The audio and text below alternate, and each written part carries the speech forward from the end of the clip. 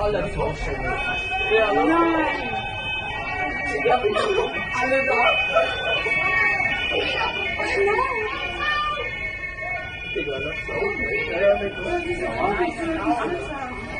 Du, das ist psychisch kranke, Alter. Der gehört, was weiß ich. Gegen etwa 17 Uhr heute hat unsere Einsatzzentrale die Mitteilung über einen Messerangriff am Barbarossa-Platz erreicht.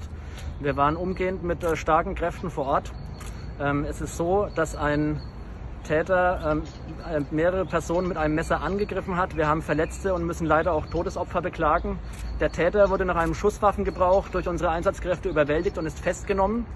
Es gibt derzeit keinerlei Hinweise auf weitere Täter. Wir sind immer noch mit starken Kräften in der Innenstadt vor Ort und auch präsent. Und es besteht derzeit auch keine Gefahr für die Bevölkerung. Das ist der momentane Stand, den wir Ihnen mitteilen können.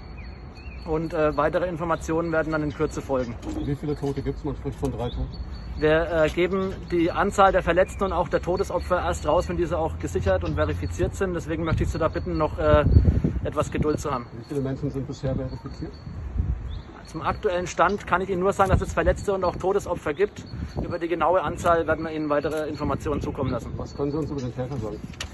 Auch über den Täter laufen unsere Ermittlungen derzeit auf Hochtouren. Der Täter ist festgenommen und auch hier werden wir in Kürze dann weitere Informationen rausgeben können. Wir haben den einen Täter festgenommen, der befindet sich bei uns in Gewahrsam.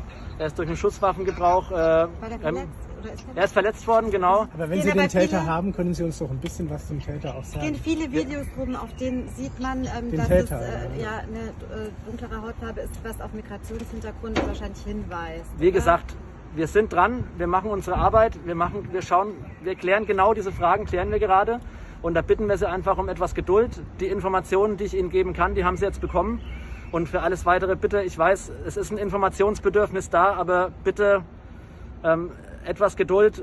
Wir sind genau jetzt dran, diese Fragen zu klären. Es kursieren ja auch Gerüchte über einen Amoklauf. Können Sie dazu schon was sagen? Auch das wird momentan geklärt, was die genauen Hintergründe der Tat sind. Aber was haben Sie denn jetzt hier die ganze Zeit gemacht? Wir sitzen hier seit einer Stunde rum und warten auf Informationen. Ja. Sie sind auch hier und wir bekommen nichts. Ja.